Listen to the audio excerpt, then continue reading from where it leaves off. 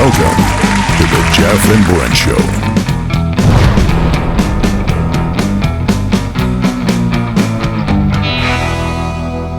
Hey, I know what you're thinking. Who is that ridiculously good-looking guy? And where is the funny-looking Chinaman that's always sitting next to him? Jeffrey, this is an impromptu... Oh, what do you call it when you do something really fast? It's a sped-up version of the Jeff and Brent Show. It's a mini version. It's going to just be very free-balling it, off the cuff, no agenda. Well, maybe some agenda. I want to talk about where we've been, what we're going to do next, why we haven't been around. We've been away all summer. Well, not away together. We've been houseboating. Jeff and I were on a houseboat last week. Not just Jeff and I, but a bunch of other people and kids. Not just Jeff and I had a bunch of random kids, mind you. They were our kids and other people's kids whose parents were also on the ship. Jeff, if you were here, you'd be having a fun time with this. Anyways, this is, I'm not used to doing this alone. This is scary shit, but I'll tell you what helps when you're doing something really scary. A bottle of Siempre Tequila, our future sponsors. Listening? Yeah. Anyways, this is, I wanted to talk a bit about that. I want to talk a bit about... just the whole, what's happened with Charlie Kirk. I loved Charlie Kirk, and I know I can hear the mouse clicks right now. Probably about 3 or 4 people are unfriending me as I say that. But, if you're doing that, you're not, what can I say? I think most people that don't like Charlie Kirk have not listened to Charlie Kirk. It's very easy to say that he doesn't like certain groups of people. It's very easy to demonize him. And dehumanize him. But when you dehumanize people and demonize them, it also makes it easier to kill them. It's just a fact. That's how world crisis happened. That's how the Holocaust happened. That's how Rwanda happened. Like, treat them less than human. And then demonize them. Treat them like they're Hitler. And, who doesn't want to kill Hitler? It's pretty easy, right? But if you look at when Charlie Kirk was shot, when he was assassinated, he was wearing a shirt that said freedom. And I know he's been associated with championing free speech.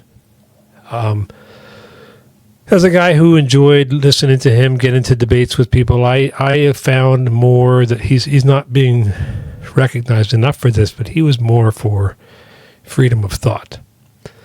And that's something that's been very at stake, at least in North America, for the past few years. And Charlie Kirk was not the only one harping on about it.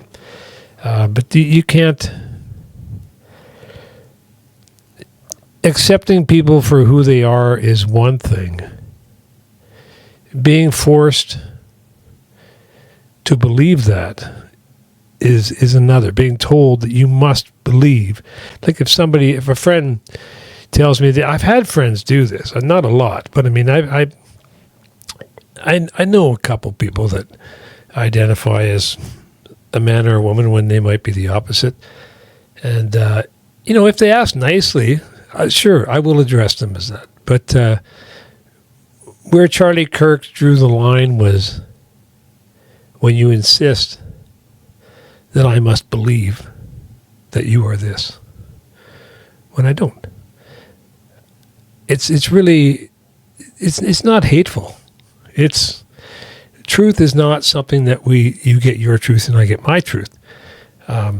You get your faith and I get my faith in this single truth, but there's not your truth and my truth. There's only truth. There's only truth. It really is.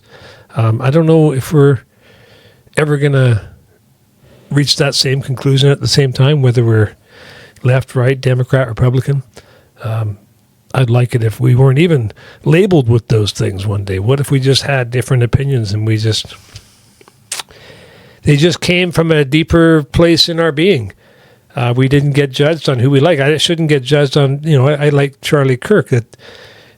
That doesn't mean I like Trump. Maybe I do, maybe I don't. I like Bill Maher. Bill Maher, as a practicing Catholic myself, there's no reason why I should like Bill Maher.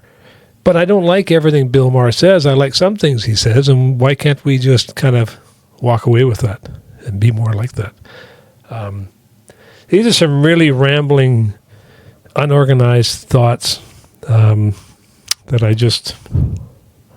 I don't know, wanted to have some fun with. I'm just a guy with a hot mic and an empty podcast studio, and thought, I'll come down and spend some time in it tonight and see what happens, and roll the tape and see what we get. The Brentenator, as Jeffrey calls me. No, he doesn't really call me that. He hates it when I do that.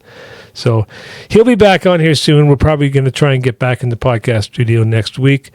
We're going to be doing episodes of Desperate House Guests. Our first guest was Nick Cole, old buddy of mine from high school. Well, not high school, actually. Made that up. Anyways, I think, maybe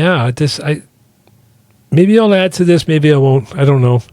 I'm just, like I said earlier, if you've never heard our podcast, it's because maybe you're one of my Facebook friends. And I've tried to keep this relatively restricted to strangers as much as possible, because the fear of getting judged by your friends, who in a way are kind of your peers, it's hard to do. So this is where Charlie Kirk has kind of inspired me to, I don't know, just come on out and say, yeah, let's change the way I've been doing things. Let's just shake it all up. Let's have my Jerry Maguire moment. Hooah! I know it was Al Pacino, but whatever. So let's see where this goes. We're going to come back fresh and retooled. To the tens of millions of people around the world who are not listening to our podcast, the hell's wrong with you? All right. That's all I got.